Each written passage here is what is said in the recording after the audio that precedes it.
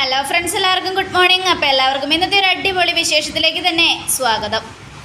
അങ്ങനെ നന്ദു ആകെ കരഞ്ഞ് നിലവിളിച്ചുകൊണ്ട് അമ്പലത്തിൽ നിന്നും പുറത്തേക്ക് വരികയാണ്. ഈ സമയം നന്ദുവിൻ്റെ മനസ്സ് മുഴുവനും കടന്നു വരുന്നത് അനിയെക്കുറിച്ചുള്ള ഓർമ്മകളാണ്. അനിയെ മറക്കാൻ നന്ദുവിന് പറ്റുന്നില്ല.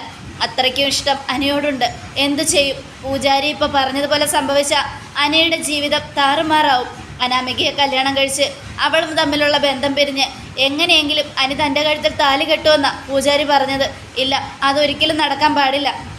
അനിയുടെ കുടുംബജീവിതം തകർത്ത് എൻ്റെ ചേച്ചിമാരെ വിഷമിപ്പിച്ച് അനന്തപുരി തറവാട്ടുകാരെ വിഷമിപ്പിച്ച് ഒരിക്കലും അങ്ങനെയൊന്നും സംഭവിക്കാൻ പാടില്ല എന്നൊക്കെ ആലോചിച്ചുകൊണ്ട് നന്ദു നേരെ ഇങ്ങനെ നടന്നുകൊണ്ടിരിക്കുക. ഈ സമയം പിന്നീട് കാണിക്കുന്നത് മണ്ഡപത്തിലാണ്. ദേവയാനിയുടെ കൂട്ടുകാരി വരികയാണ്. ആഹാ, വാ ഇതാര് എന്നും പറഞ്ഞുകൊണ്ട് ദേവയാനി അകത്തേക്ക് വിളിക്കുക. അതെ, അനന്തപുരിയിലേക്ക് ആദ്യത്തെ മരുമകൾ വരാൻ പോവുക. അതെന്താ ദേവയാനി നീ അങ്ങനെ പറഞ്ഞേ? അപ്പം മറ്റു രണ്ട് മരുമക്കളോ? അവൾമാരെയൊന്നും ഞാൻ മരുമക്കളായിട്ട് കണ്ടിട്ടില്ല. ഞങ്ങളുടെ കുടുംബത്തിൻ്റെ നാശമാണ് ആ രണ്ടെണ്ണവും എന്നും പറയുകയാണ്. ഇത് കേട്ട നവ്യയ്ക്ക് കലി കയറുക. നവ്യ, അതെ, ആ വീട്ടിലെ മുതിർന്നവരാണ് മുത്തശ്ശിയും മുത്തശ്ശനും. അവർ ഞങ്ങളെ മരുമക്കളായിട്ട് അംഗീകരിച്ചു കഴിഞ്ഞു. പിന്നെ നിങ്ങളുടെ അംഗീകാരം ആർക്ക് വേണം? വലിയമ്മേ, ഒരു കാര്യം ഞാൻ പറഞ്ഞേക്കാം. നിങ്ങൾ ഞങ്ങളെ മരുമകളായിട്ട് കാണണമെന്ന് ഞങ്ങൾക്ക് യാതൊരുവിധ നിർബന്ധവും ഇല്ല.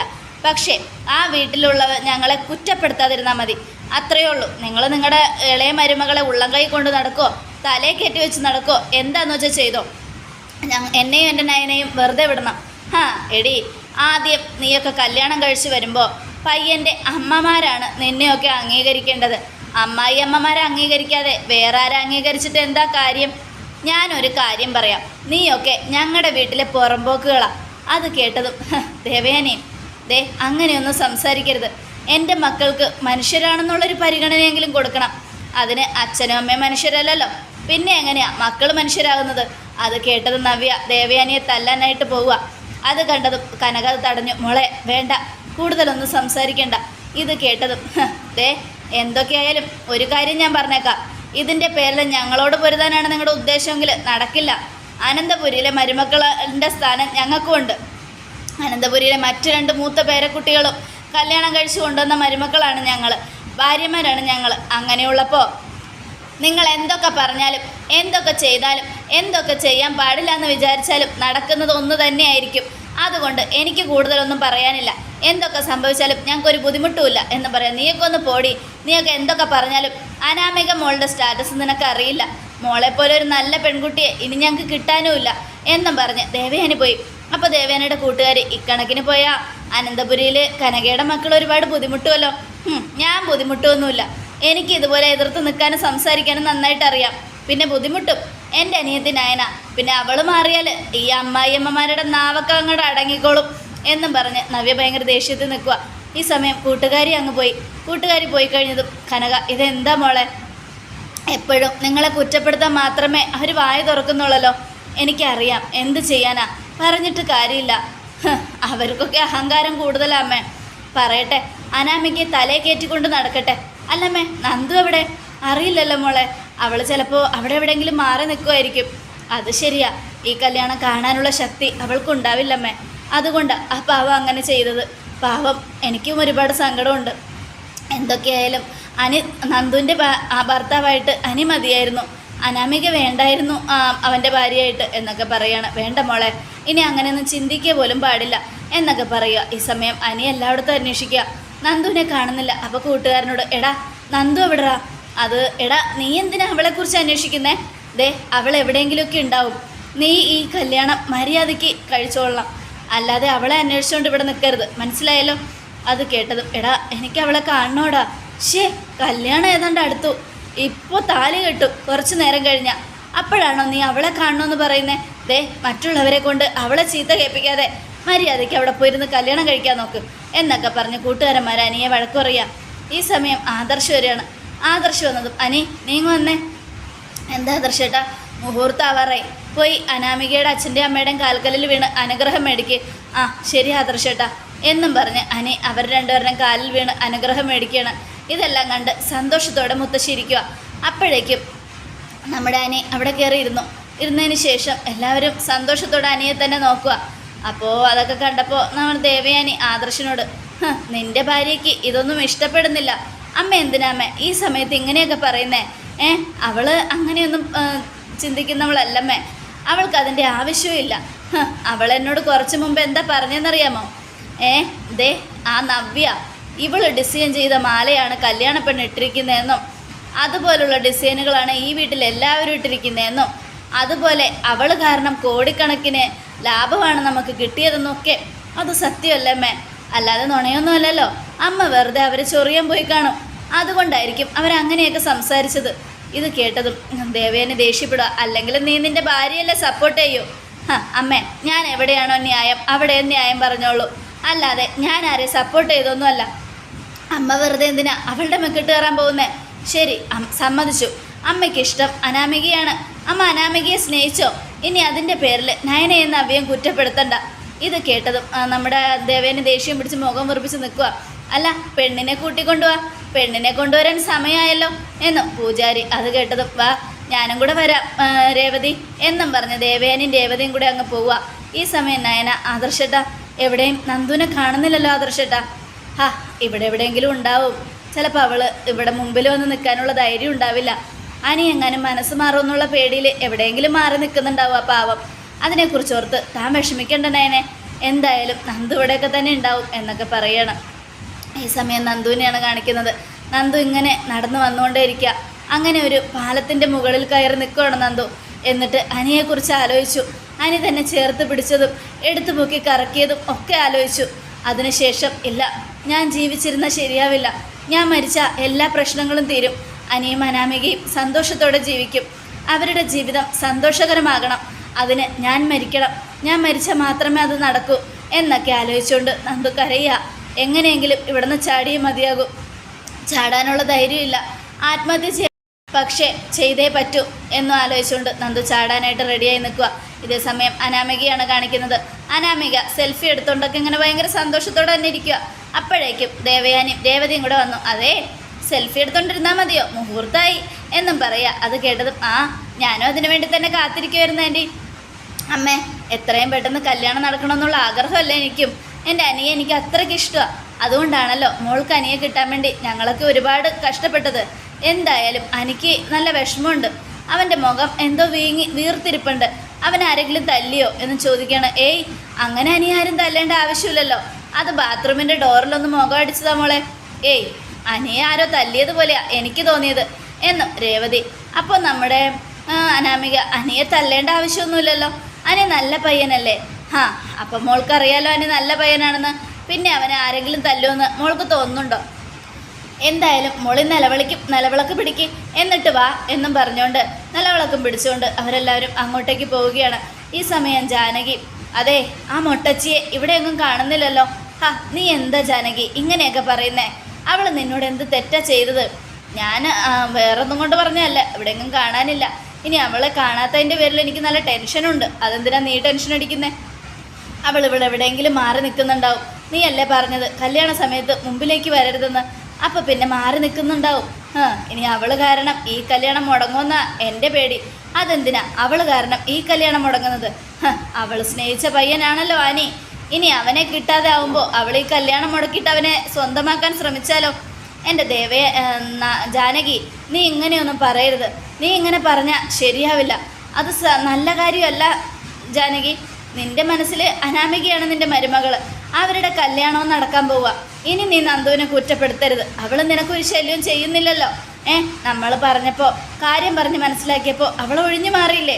പിന്നെ എന്താ, വേറെ ഏതെങ്കിലും പെൺകുട്ടികളായിരുന്നെങ്കിൽ പോലീസിനെയും കൂട്ടി വന്ന് എങ്ങനെയെങ്കിലും സ്നേഹിച്ച പയ്യനെ സ്വന്തമാക്കാനേ തീരുമാനിക്കൂ. പക്ഷേ നന്ദു അതൊന്നും ചെയ്തില്ലല്ലോ.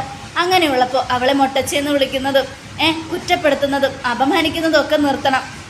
അത് ശരിയല്ല. നീ അവളെ മാത്രം കുറ്റപ്പെടുത്തുക. നിൻ്റെ മോൻ്റെ ഭാഗത്തും തെറ്റുണ്ട്, അത് നീ മനസ്സിലാക്കണം. അത് കേട്ടതും നമ്മുടെ ജാനകി ദേഷ്യപ്പെട്ട് അജയനെ ഇങ്ങനെ നോക്കുക. അപ്പോൾ അജയനും കൂടെ സംസാരിക്കുക. ദേ, അവന് നല്ല ടെൻഷനുണ്ട്. എന്താടാ നീ നല്ല ടെൻഷനുണ്ടോ? നിന്നെപ്പോലെ തന്നെയായിരുന്നു ഞാനും. കല്യാണ സമയത്ത് ഭയങ്കര ടെൻഷനായിരുന്നു. പിന്നെ അതൊക്കെ കഴിഞ്ഞപ്പോൾ ടെൻഷനൊക്കെ അങ്ങ് പോയി എന്നൊക്കെ പറഞ്ഞുകൊണ്ട് ജയനും കൂടി ഇങ്ങനെ കളിയാക്കുക. ഈ സമയം അനിയാണെങ്കിൽ നന്ദുവിനെ കാണാതെ അവിടെയൊക്കെ നോക്കുക. നീ ആരെയാടാ ഈ നോക്കുന്നേ എന്നും അജയൻ്റെ ചോദ്യം. അപ്പോൾ ജാനകി, അവനവൻ്റെ കാമുകിയെ നോക്കുക. എന്നും പറയണം. ഒന്നും മിണ്ടാതിരിക്കും ജാനകി, നിനക്ക് നാണോ ഇല്ലേ ഇങ്ങനെയൊക്കെ സംസാരിക്കാൻ? നമ്മുടെ മോനെ അവൻ, അങ്ങനെയുള്ളപ്പോൾ അവനെ അപമാനിക്കുന്ന രീതിയിലാണോ സംസാരിക്കുന്നത് എന്നൊക്കെ പറയുവാണ്. ഈ സമയം നയന, ആദർശേട്ടാ നന്ദുവിനെ കാണുന്നില്ലല്ലോ ആദർശേട്ടാ. അവളിവിടെ എവിടെയെങ്കിലും ഉണ്ടാവും, നീ ടെൻഷൻ അടിക്കാതെ നയനെ, അവളെവിടെ പോവാനാ? അപ്പോൾ കനക, അതേ മോളെ എനിക്കും പേടിയുണ്ട്, നന്ദുവിനെ കാണുന്നില്ലല്ലോ നവ്യേ. അതെ അതെ അമ്മേ, ഞാനും അത് തന്നെ നോക്കിക്കൊണ്ടിരിക്കുന്നത്. അവളെവിടെ പോവാനാ? എവിടെയും പോകുമൊന്നുമില്ല, കല്യാണം കാണാനുള്ള ശക്തി ഉണ്ടാവില്ല, എങ്ങോട്ടെങ്കിലും മാറി നിൽക്കുന്നുണ്ടാവുക പാവം. ഈശ്വര, എങ്ങനെയെങ്കിലും എൻ്റെ അനിയത്തിയെയും അനിയെയും ഒന്നിപ്പിക്കണമെന്ന് കരുതിയതാ, പക്ഷേ നടന്നില്ലല്ലോ ദൈവമേ. ഞങ്ങളുടെ ജീവിതം തന്നെ ഒരു കേൾവിക്കുറിയായിട്ട് നിൽക്കുക. അങ്ങനെയുള്ളപ്പോൾ അവളുടെ ജീവിതവും ഒരിതാവാൻ പാടില്ല. അതുകൊണ്ടാണ് ഞാൻ അങ്ങനെയൊക്കെ ചിന്തിച്ചത്. എൻ്റെ നന്ദുവിന് ഒരു വിഷമം ഉണ്ടാവാൻ പാടില്ല എന്നൊക്കെ പ്രാർത്ഥിച്ചുകൊണ്ട് നവ്യ അങ്ങനെ ആലോചിച്ചുകൊണ്ട് നിൽക്കുക. ഈ സമയം പിന്നീട് കാണിക്കുന്നത് ഉപേന്ദ്രനെയും ഗുണ്ടകളെയുമാണ്. അവർ രണ്ടുപേരും ഇങ്ങനെ 3 പേരും കൂടെ ഇങ്ങനെ നിൽക്കുക. അപ്പോൾ ഉപേന്ദ്രൻ വരുമ്പോൾ ഗുണ്ടകളെടുത്ത്, എടാ മുഹൂർത്തം ആവാറായി, നീയൊക്കെ എന്താണ് ഇവിടെ നിൽക്കുന്നത്? ദേ ഇത്രയും നേരം ഞാൻ ക്ഷമിച്ചു നിന്നത് മുഹൂർത്ത സമയത്ത് പോയി ആ വേണുവിനെ പൊളിച്ചെടുക്കാൻ വേണ്ടിയാ. അങ്ങനെയുള്ളപ്പോൾ നീയൊക്കെ ഇവിടെ നിന്ന് എങ്ങനെ ശരിയാവൂടാ? നിന്നോടൊക്കെ ഞാൻ വിട്ടു പോകാൻ പറഞ്ഞതല്ലേ? അത് കേട്ടതും എൻ്റെ സാറ് വന്നിട്ട് പോകാമെന്ന് കരുതിയിട്ടാ. നിനക്കൊക്കെ എന്താ ഒറ്റയ്ക്ക് പോകാൻ ധൈര്യമില്ലേ? അല്ല, ഞങ്ങൾ ഒറ്റയ്ക്ക് ചെന്ന അനന്തപുരിക്കാർ ഞങ്ങൾ വെറുതെ കച്ചറ ഗുണ്ടകളാണെന്ന് വിചാരിക്കും. സാറും കൂടെ ഉണ്ടെങ്കിൽ ഒരു മര്യാദ ഉണ്ടാവും, അതുകൊണ്ടാണ് സാറ് ഞങ്ങൾ കാത്തിരുന്നത്. ശരി, ഇനി നീയൊന്നും നിൻ്റെ ബൈക്ക് എടുക്കണ്ട, എൻ്റെ കാറിലോട്ട് കയറടാ. നമുക്ക് എല്ലാവർക്കും കൂടെ ചെന്ന് ആ വേണുവിൻ്റെ അഹങ്കാരം അങ്ങോട്ട് തീർക്കാം. എൻ്റെ കയ്യിൽ നിന്ന് കോടിക്കണക്കിന് രൂപ മേടിച്ചിട്ട് അവൻ ചെയ്തു കൂട്ടിയത് ശരിയായ കാര്യമല്ല. മകളെ കെട്ടിച്ചു കൊടുക്കുന്നു പോലും, മകളെ. അവനെ ഞാൻ വെറുതെ വിടത്തില്ല, നീ വാടാ മക്കളെ എന്നും പറഞ്ഞുകൊണ്ട് അവർ വണ്ടി കയറി കാറിൽ ചീറിപ്പാഞ്ഞ് പോവുക.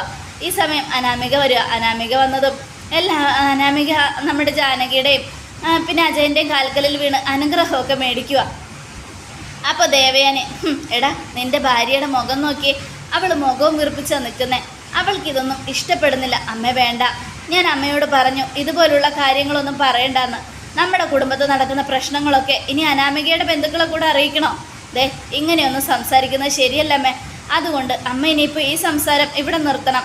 ഓ, നിൻ്റെ ഭാര്യയെ പറഞ്ഞപ്പോൾ നിനക്ക് ഇഷ്ടപ്പെട്ടില്ലല്ലോ, അങ്ങനെ തന്നെ കൂട്ടിക്കോ എന്നൊക്കെ പറഞ്ഞ് ആദർശ് ഇങ്ങനെ ദേവയാനിയെ വഴക്കുറയുക. ഈ സമയം ദേവയാനി ഒന്നും മിണ്ട നിൽക്കുക. അപ്പോൾ അനാമികയും അനിയുടെ അടുത്ത് നിന്നിരുന്നു. അപ്പോൾ അജയൻ വീണ്ടും ചോദിക്കുക, എന്താടാ മക്കളെ, പെണ്ണ് വന്നടുത്തിരുന്നപ്പോഴത്തേക്കും ടെൻഷൻ കൂടിയോ? അത് കേട്ടതും അനാമിക, എന്താ നീ എന്തു പറ്റി? ഏയ് ഒന്നുമില്ല അനാമിക, ഒരു കുഴപ്പമില്ല എന്നും പറഞ്ഞ് അനി ആലോചിക്കുക. ഈശ്വര, എൻ്റെ നന്ദു എവിടെയാണ് പോയത്? അവളെ കാണുന്നില്ലല്ലോ, അവളിവിടെ എവിടെയോ ഉണ്ട്.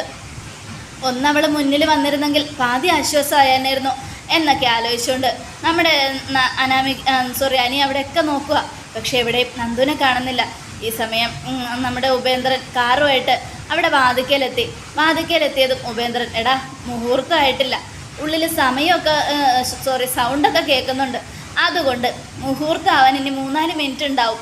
അപ്പോഴത്തേക്കും ആ വേണുവിനെ വിളിക്കട്ടെ.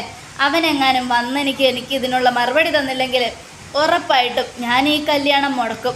അതിനുശേഷം നമുക്ക് അകത്ത് പോയി സംസാരിക്കാം എന്നും പറഞ്ഞുകൊണ്ട് വേണുവിനെ ഫോൺ വിളിക്കുകയാണ് ഉപേന്ദ്രൻ.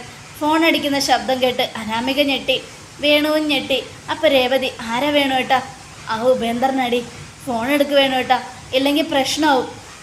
ശരി, ഹലോ, ആണോ? ശരി, ഞാൻ ഉടനെ വരാം എന്നും പറഞ്ഞ് വേണു ഫോൺ കട്ട് ചെയ്യുക. അതെ, എനിക്ക് വളരെ വേണ്ടപ്പെട്ട ഒരാൾ വന്നിട്ടുണ്ട്, ഞാൻ പോയി കൂട്ടിക്കൊണ്ടുവരാം. ഇതെന്താ മുഹൂർത്ത സമയമായപ്പോൾ മുങ്ങുവാണോ? ഏയ്, മുഹൂർത്തം ആകുമ്പോഴേക്കും ഞാനിങ്ങ് വരും എന്നും പറഞ്ഞുകൊണ്ട് ഉപേന്ദ്രൻ വെളിയിലേക്ക് പോവുക. അപ്പോൾ നമ്മുടെ അനാമിക ആകെ പേടിച്ച് പറിച്ചിരിക്കുമോ, ഈശ്വര, കല്യാണം മുടങ്ങുമോ, ഞങ്ങൾ വലിയ എന്നൊക്കെ ആലോചിച്ച് അനാമിക നമ്മുടെ രേവതിയെ നോക്കുക. രേവതിയും ആകെ പേടിച്ച് പറിച്ച് നിൽക്കുക. ഈ സമയം പുറത്ത് വേണുവിനെയാണ് കാണിക്കുന്നത്. ഉപേന്ദ്രൻ്റെ അടുത്തേക്ക് വേണു എത്തി. ചേട്ടാ, എന്താടാ നാറി, നിനക്ക് കുറച്ചെങ്കിലും നാണോമാനം ഉണ്ടോ? എൻ്റെ ഇന്ന് കോടികൾ മേടിച്ചിട്ട് നിൻ്റെ മകളുടെ കല്യാണം നടത്താൻ നീ പൈസ ഉണ്ടാക്കി, എന്നെ എൻ്റെ കടം എന്താടാ വീട്ടാത്തത്? ചേട്ടനറിയാലോ എൻ്റെ ബിസിനസ്സൊക്കെ തകർന്നു പോയത്. എടാ, നിന്നെപ്പോലുള്ളവന്മാർ കാരണം ഇപ്പം എൻ്റെ ബിസിനസ്സും തകർന്നുകൊണ്ടിരിക്കുക. എനിക്ക് മര്യാദയ്ക്ക് കാശ് കിട്ടണം. ചേട്ടാ, ഈ കല്യാണം കഴിഞ്ഞാൽ ഉടനെ ഞാൻ പൈസ തരാം. എപ്പോൾ തരും? ഇന്ന് തരുമോ? ഇന്ന് തരാൻ പറ്റില്ല, നാളെ ഞാൻ എങ്ങനെയെങ്കിലും തരാം. എടാ, നിനക്ക് നാണോ ഇല്ലടാ? നിൻ്റെ മകളെ എത്ര പവൻ കൊടുത്താൽ നീ കെട്ടിക്കുന്നേ? അത് ഒരു 110 പവൻ. 110 പവൻ, GSTയും പണിക്കൂലിയും എല്ലാം ചേർത്ത് 10-70 ലക്ഷം രൂപയുടെ മുതൽ. എടാ നിനക്ക് കുറച്ചെങ്കിലും നാണം ഉണ്ടായിരുന്നെങ്കിൽ അതിൽ നിന്നൊരു പകുതി കാശ് എനിക്ക് തന്നിരുന്നെങ്കിൽ ഞാനിപ്പോൾ കല്യാണം മുടക്കാനായിട്ട് ഇങ്ങോട്ട് വരില്ലായിരുന്നല്ലോ. ദേ ഒരു കാര്യം ഞാൻ പറയാം, എനിക്ക് മര്യാദയ്ക്ക് കാശ് വേണം, ഇല്ലെങ്കിൽ ഞാനിവിടുന്ന് പോകില്ല. കല്യാണം മുടക്കും, പ്ലീസ് കല്യാണം മുടക്കരുത്. ഈ കല്യാണം നടന്നാലേ നിങ്ങളെ സഹായിക്കാൻ എനിക്ക് പറ്റൂ. എനിക്കതൊന്നും കേൾക്കണ്ട. ഇനി കല്യാണം നടന്നു കഴിയുമ്പോൾ നിൻ്റെയൊക്കെ കൂറ് മാറും, നീയൊക്കെ കാല് മാറും. അതുകൊണ്ട് ഞാൻ അങ്ങനെ പോകാൻ ഉദ്ദേശിക്കുന്നില്ല എന്നും പറഞ്ഞ് വേണുവിൻ്റെ ഷർട്ടിന് കുത്തിപ്പിടിച്ച് ഉപേന്ദ്രന് കുറേ വഴക്കു പറയാം. ഈ സമയം മുഹൂർത്തമായി. എന്തായാലും ഇനിയിപ്പോൾ താലി കെട്ടാം, ഇല്ലെങ്കിൽ മുഹൂർത്തം കഴിയാൻ ഇനി 5 മിനിറ്റ് കൂടി ഉള്ളൂ. അത് കേട്ടതും എല്ലാവരും ടെൻഷനായി. ഈശ്വര, ഈ സമയത്ത് വേണുവിനെ കാണുന്നില്ലല്ലോ.